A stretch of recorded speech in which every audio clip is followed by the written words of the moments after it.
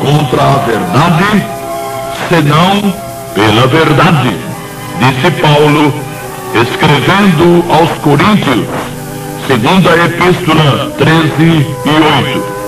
Por sua vez, o Senhor Jesus disse aos seus ouvintes judeus: conhecereis a verdade, e a verdade vos libertará, conforme narrativa de João 8:32.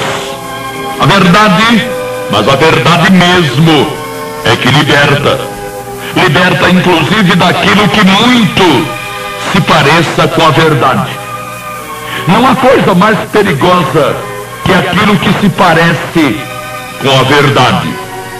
É fácil rejeitar o erro quando o erro vem com a cara de erro ali, declarado. Agora, o erro travestido de verdade, com cara de verdade, esse é terrível. Leva muita gente com ele, e muita gente boa, que pensa que está pensando certo. Ninguém é dono da verdade, isso todo mundo sabe. Mas nem todos conseguem entender que só existe uma verdade na questão da salvação eterna, assim como só existe um caminho para ela. Errar em qualquer outro assunto é ruim, mas dá para consertar. Porém, quem errou o caminho certo para uma eternidade de luz e já se foi, vai consertar como? Se o que pensou que podia ser usado do outro lado em seu benefício não tem valor algum. Depende do uso que se faça de alguma coisa boa, e ela, mesmo sendo boa, transformar-se-á em uma coisa má. Daí se dizer, o que dá para rir, dá para chorar. A cana-de-açúcar, por exemplo, foi trazida pelos colonizadores para o Brasil como cana-de-açúcar para produzir açúcar. Só que a doce cana-de-açúcar já matou milhares de pessoas e já desfez milhares de lares, transformada em aguardente e álcool. A cana-de-açúcar em si mesma é doce. O mau uso é que a transforma em coisa amarga. Semelhantemente, tem acontecido com afirmações da palavra de Deus ao longo dos séculos. Para defender seus pontos de vista e doutrinas de seu grupo religioso, homens aparentemente tementes a Deus manipularam e manipulam as sagradas escrituras, desvirtuando-as de seu verdadeiro sentido. Isso também todo mundo sabe. Ou será que não sabe? É o caso, por exemplo, de John Owen, morto em 1683 na Inglaterra, e que escreveu o livro A Morte da Morte na Morte de Cristo, que numa edição simplificada em português foi publicado com o título Por Quem Cristo Morreu. Afirmam os editores que a tese de Owen jamais foi refutada, mesmo depois de tanto tempo. Ele defendeu com unhas e dentes a predestinação fatalista. Consideraremos neste programa algumas das brilhantes, entre aspas, colocações do tal cidadão. Cientificamos o ouvinte de que o escritor denominava de tolo a qualquer que não concordasse com suas brilhantes ou com seus brilhantes arrazoados. A página 25, para começar, está escrito, abre aspas, se separarmos a morte de Cristo de sua intercessão, não há segurança de salvação para nós. De que valeria dizer que Cristo morreu por mim no passado, se Ele agora não intercede por mim? É somente se Ele nos justifica agora que somos salvos da condenação de nossos pecados. Eu ainda poderia estar condenado se Cristo não intercedesse por mim. Fecha aspas. A fabricação de doutrinas paralelas dá nisso. Querendo defender seu monstrinho, o Dr. John Owen misturou, e se deu mal, dois aspectos da obra salvadora do Senhor Jesus. Para um defensor da tal predestinação fatalista, a emenda saiu pior que o soneto, que já era muito ruim. Que conversa é essa de que um remido tem que ser justificado todo santo dia? E isso ia acabar quando? Que foi? Deu um branco de repente? Como poderia um remido ainda estar condenado se Cristo não intercedesse por ele? O que é que tem a intercessão com a redenção, com a justificação? Como é que está escrito? Sendo justificados pela fé, temos paz com Deus, por nosso Senhor Jesus Cristo. Romanos 5:1. O verbo dikaiou, justificar, inocentar, foi usado pelo apóstolo no particípio aoristo, indicando uma ação completada, consumada, sem a menor possibilidade de repetição. Se o Dr. Owen foi justificado uma só vez, e não quando o Senhor intercedia por ele dia após dia. A intercessão tem a ver com a condição espiritual do remido e não com a sua posição em Cristo. Tem a ver com a vida cristã, mas não com a vida eterna. Se Jesus não intercedesse pelo remido, ele seria castigado na carne quando pecasse.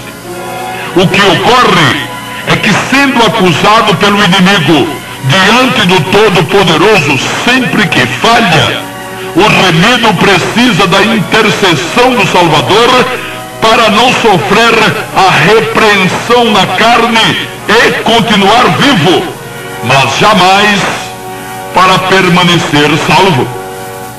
Se não houvesse a justificação definitiva, também não existiria a paz com Deus. Mas o apóstolo afirmou: temos paz com Deus. E a menos que ele tenha mentido, e mentido feio, é isso que o remido tem: paz com Deus. E a paz com Deus teria necessariamente que passar pela justificação total e definitiva, quando da invocação do nome do Senhor Jesus. E teria que ser eterna, senão não valeria nada. A flexão do verbo ecomen, está, como todos sabem, no indicativo presente, temos, e não no futuro, teremos ou haveremos de ter. Essa grosseira falha já demonstra, logo de saída, com quem estamos lidando. Aliás, existe uma afirmação do citado escritor que vem sendo repetida por tudo quanto é defensor da predestinação fatalista: é a questão da fé. Dizem eles todos que uma pessoa só pode crer se Deus lhe der a fé, que a fé é um dom de Deus, a fé salvadora. Baseiam isso em textos como 1 aos Coríntios 2:14, que diz que o homem natural não compreende as coisas do Espírito de Deus, porque lhe parecem loucura, e não pode entendê-las, porque elas se discernem espiritualmente. Ora, o que o apóstolo está dizendo nesse caso é tudo menos que o homem natural não possa crer. O homem natural não tem problema nenhum, aliás, na área da intelectualidade.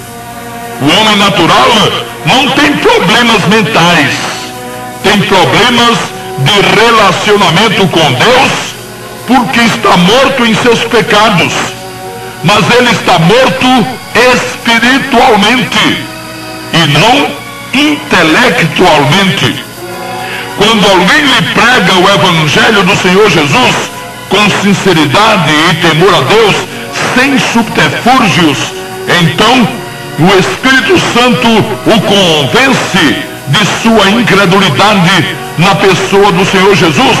João 16:8. E ele, já convencido, entendido que é, estando intelectualmente são, pode optar entre continuar sem o Senhor Jesus, ou sem confiar no Senhor Jesus, ou invocá-lo como seu Salvador pessoal. O Espírito convence, mas não converte. A conversão cabe ao homem. Em lugar nenhum a Bíblia diz que o Espírito converta ou tenha convertido a alguém.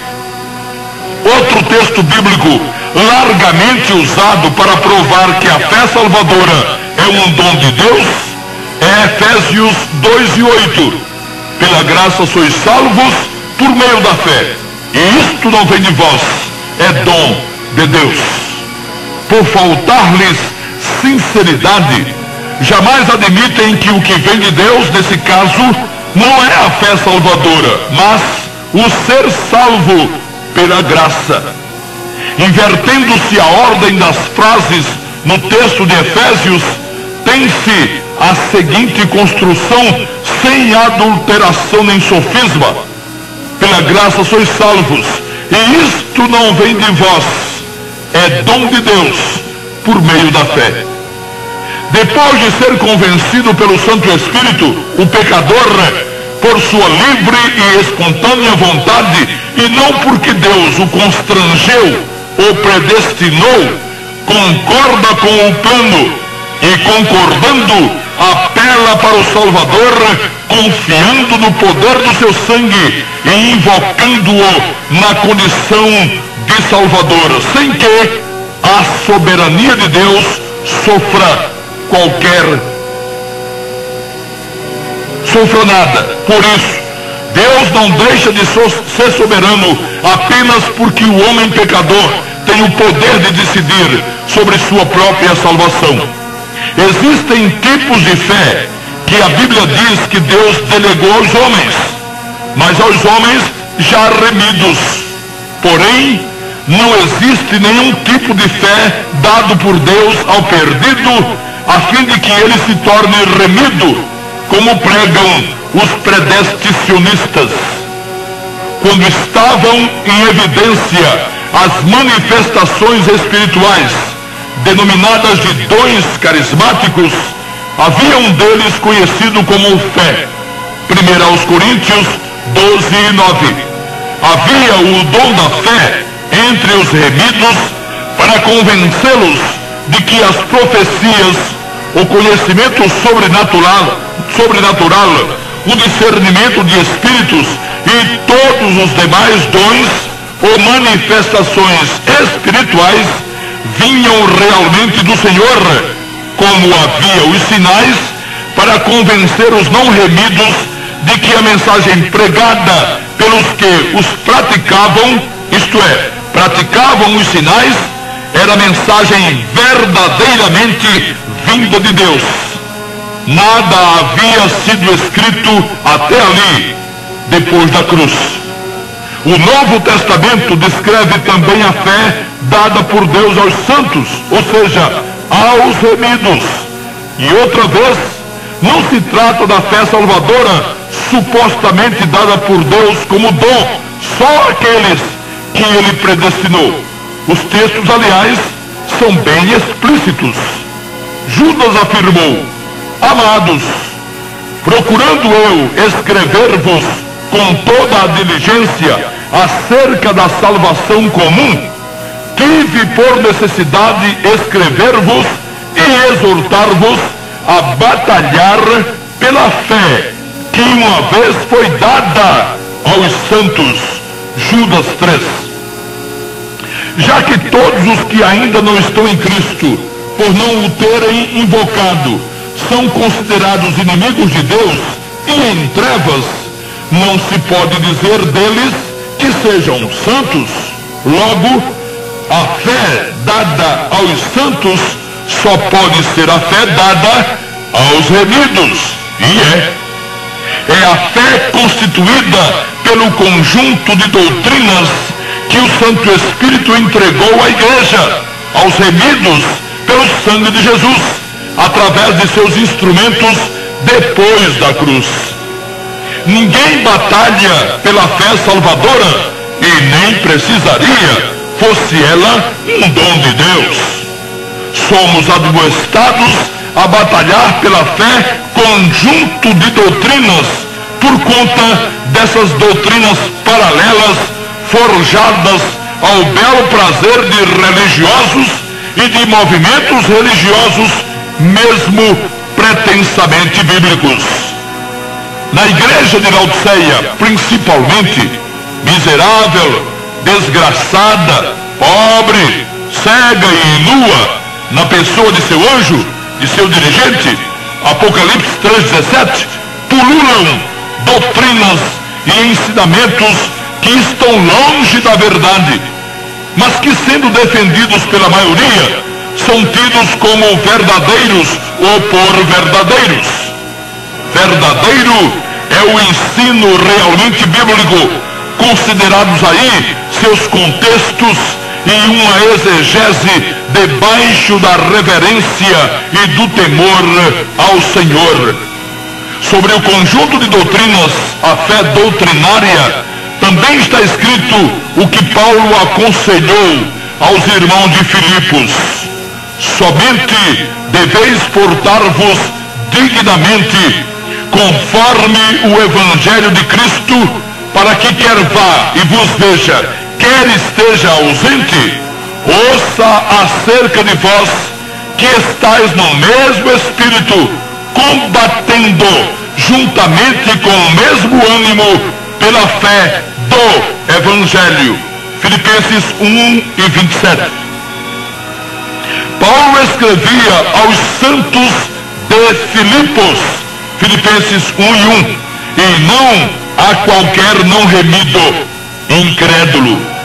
Não convidava não remidos, mas aos remidos pelo sangue do Cordeiro, para que continuassem combatendo pela fé do Evangelho. É preciso notar, principalmente os que creem no absurdo da predestinação fatalista, que Paulo não escreveu pela fé no Evangelho, mas do Evangelho. Quer dizer, não se tratava e não se trata da fé exercida por alguém que ainda está fora e que precisa crer no Evangelho para ser remido. Tratava-se e ainda trata-se de defender a fé do Evangelho, isto é, defender o conjunto de ensinamentos que compõem as doutrinas, aliás, que compõem as doutrinas do Evangelho da Graça.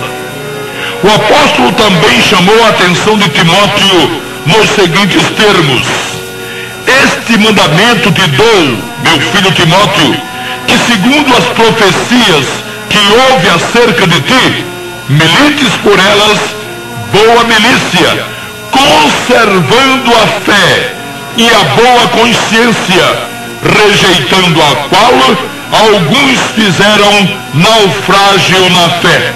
E entre esses foram Himeneu e Alexandre, os quais entreguei a Satanás, para que aprendam a não blasfemar. 1 Timóteo 1, 18 a 20. Himeneu e Alexandre não se portaram bem no combate a favor do conjunto de doutrinas. Blasfemaram contra os verdadeiros ensinamentos do Espírito e foram disciplinados na carne para não mais blasfemarem. Note-se que não se fala aqui na fé salvadora e nem na salvação eterna.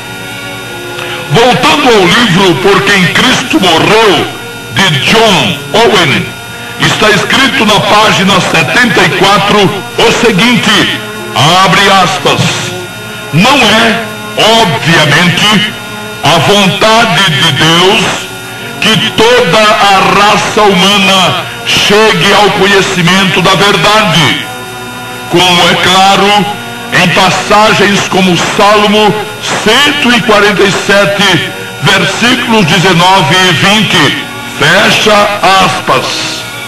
É sempre a mesma coisa. Alguém na luta insana para defender aquilo em que acredita, cita textos aleatoriamente, a torto e a direito, sem considerar qualquer contexto, como foi o caso aqui do Dr. John Owen.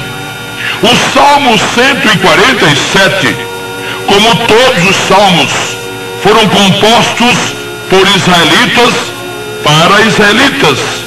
E o Dr. John Owen sabia, ou pelo menos devia saber, que até a cruz, onde o sangue de Jesus foi derramado, nenhuma promessa havia para os gentios, para quem não fosse judeu. Não é que o Senhor Deus, num ato de arrogância, de prepotência e de maldade, não quisesse que a maioria dos homens conhecesse a verdade, como disse Owen. O que aconteceu até a cruz é que os gentios, de fato, nada tiveram com o Senhor, mas não por terem sido preteridos por Ele, ou por Ele esquecidos. Tanto assim foi, que ninguém, entre os gentios, até a cruz, ouviu a mensagem do Evangelho, mas ninguém mesmo. Deus não escolheu entre uns gentios e outros.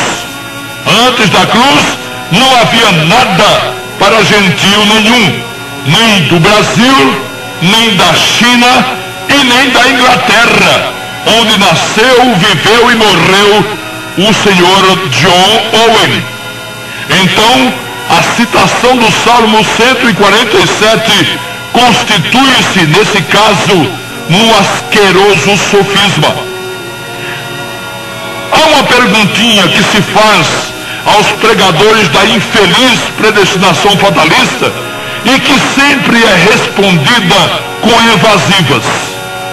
Antes de Jesus, quem foi predestinado entre os gentios para a salvação? Se, como dizem eles, quem foi predestinado antes da fundação do mundo, então que mostrem os textos no Velho Testamento, onde esteja registrada a predestinação de gentios antes da morte de Jesus. E se tem, quem salvou a tais predestinados? O Salmo 147, nos versículos 19 e 20, porque era Velho Testamento, e porque no Velho Testamento não havia graça, não tinha direção rumo aos gentios. É uma maldade sem tamanho sugerir que Deus tenha determinado que uma parte da humanidade ficasse sem o conhecimento da verdade. Que é verdade que uma grande parte da humanidade não tem ainda hoje conhecimento da verdade, é sim, mas não por culpa de Deus, não porque Ele não os tenha predestinado, ou não tenha predestinado esta parte da humanidade. O que seria verdade se o Salmo 147 dissesse o que Ele, Owen, diz que o Salmo diz. Não é culpa de Deus que muita gente em todo o mundo não tenha conhecimento da verdade, assim como não é culpa de Deus que tantos crimes existam e que tantos vivam e morram na miséria, inclusive criancinhas inocentes. Seria se ele, Deus, tivesse determinado isso, mas ele não determinou. Pelo contrário, sendo Deus pleno de bondade e de misericórdia, sempre quis o bem para as suas criaturas, pois para isso as criou. Errou, e errou feio o Sr. Owen, e erram todos os que creem em barbaridades como essa. Aliás, a maior parte do livro que analisamos, Por Quem Cristo Morreu, é ocupada com argumentos e mais argumentos do citado cidadão, na tentativa de provar que Deus nunca pensou em salvar senão meia dúzia de afortunados a quem ele teria já predestinado antes mesmo da fundação do mundo. Sofismando uma vez após outra, ele tornaria, se possível fora, e esse poder tivesse ele, o Dr. Owen, a graça de Deus e o Evangelho da Graça em uma miséria qualquer. Seus comentários sobre João 1:29, postos na página 70, fazem parte de sua estratégia para provar a monstruosidade da predestinação fatalista. Analisemos. João Batista, referindo-se ao Senhor Jesus, exclamou: eis o Cordeiro de Deus que tira o pecado do mundo. João 1:29. E ele, o Dr. Owen, comentou da seguinte forma: que Cristo tira o pecado comum de todo o mundo em geral é muitíssimo certo, mas que ele tira e expia o pecado de todos e de cada um dos homens não é verdade, nem neste versículo, nem em nossa experiência. Primeiro, quem é que se importa com a experiência pessoal de John Owen ou de qualquer outro João em tempo algum, em lugar nenhum? Experiência pessoal não tem força de convencimento em questões escriturísticas. E depois, que conversa fiada é essa de pecado comum? Pecado é pecado. O pecado que leva o homem à condenação não é nenhum pecado comum à humanidade, mas o seu próprio pecado. Se Jesus não pudesse tirar o pecado de quem o invocasse, e se cada homem que ouvisse a mensagem do Evangelho não pudesse invocá-lo como seu Salvador, então a Bíblia seria um amontoado de invencionices indignas, como todas as invencionices de serem cridas. E pecado original é piada, e piada ruim. Deus teria enrolado o mundo, permitindo que o sangue de Jesus tirasse o pecado de forma geral de todos, mas particularmente só dos predestinados. Semelhante ideia não existe e não podia mesmo existir em lugar nenhum, em citação nenhuma de todas as sagradas escrituras, desde que se faça exegese criteriosa e desde que sejam usadas as regras de hermenêutica com cuidado, com zelo, com carinho e com competência. Para que serviria tirar o pecado do mundo sem tirar o pecado das pessoas do mundo? E o que seria pecado comum? Quanta enrolada só para provar a existência de uma coisa que jamais existiu na mente de Deus. Aliás, nos arrazoados do Dr. John Owen, mundo, do grego cosmos, pode ser tudo neste mundo, menos mundo mesmo. Ele não admite que Deus tenha amado o mundo, toda a humanidade, a ponto de permitir a morte do Senhor Jesus.